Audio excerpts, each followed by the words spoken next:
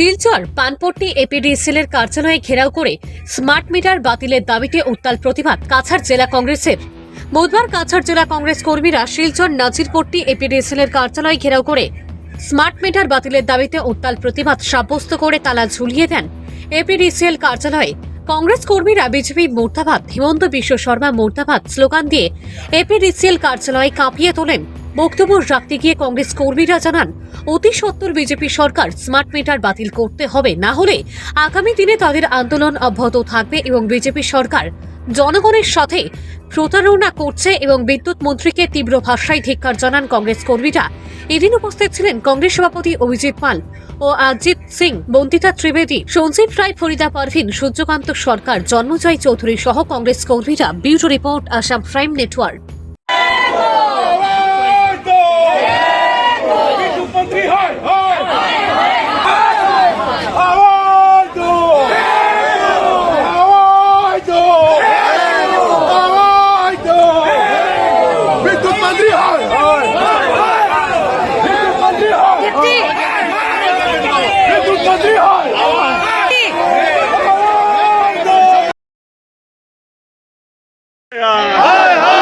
আসামে যেভাবে স্মার্ট মিটারের নামে যে ডিজিটালি যে লুট চলছে, সাধারণ মানুষ আজকে সেই বিদ্যুৎ মাসুল দেওয়া সম্ভব হচ্ছে না।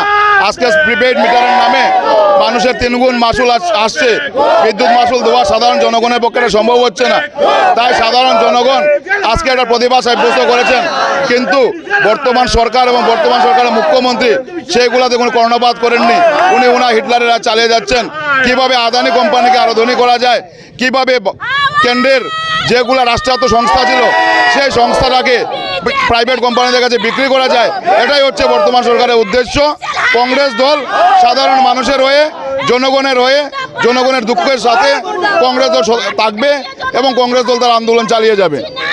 স্মার্ট মিটার লাগিয়ে যেভাবে জনগণকে হয়রানি করা হচ্ছে, এই স্মার্ট মিটার আমরা মানছি না।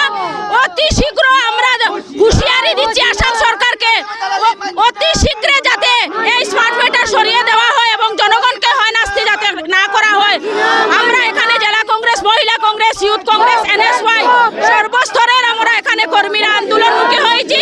আমাদের এই দাবি যদি অতি সত্বর যদি না মানা হয়, তাহলে আমরা দীর্ঘক্ষণ আন্দোলন করব এবং করে যাব, যাতে এই হুঁশিয়ারিটা ওরা যাতে জানে। এবং আজকে সোশ্যাল মিডিয়ার মাধ্যমে আমরা আসাম সরকারকে হুঁশিয়ারি দিচ্ছি যাতে আমাদের দাবি অতি শীঘ্রই যাতে পূরণ হয়। আপনারা দেখছেন কিভাবে স্মার্ট মিটারের বিল দিন প্রতিদিন বেড়ে যাচ্ছে।